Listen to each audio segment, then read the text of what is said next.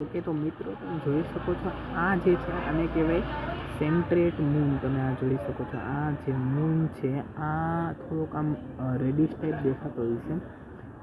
આને કહેવાય સેન્ટ્રેટ મૂન. આ ક્યારે અકર થાય તો કે જ્યારે હાફ મૂન અને ફૂલ મૂન આ બેની વચ્ચેનો જે ફેઝ છે ત્યારે આ સેન્ટ્રેટ મૂન બને છે.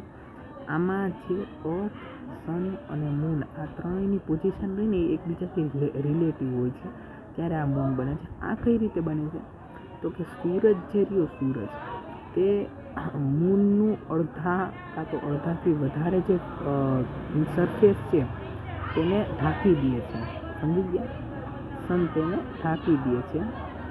લાઈક તમે સન કાં તો અર્થ તમને જે સમજવું તે સમજી લો. મીન્સ તે ઢાંકી દે છે ત્યારે આ મૂન બને છે. આ થોડોક રેડિશ ટાઈપ હોય છે. નોર્મલ મૂન્સની જેમ યલોઇશ નથી, થોડો રેડિશ ટાઈપ હોય છે. સાવ થોડો આમ પાતળો હોય છે આ મૂન. અને આની ડિટેલ વિડીયો હું હમણાં થોડાક દિવસોમાં નાખી દઈશ.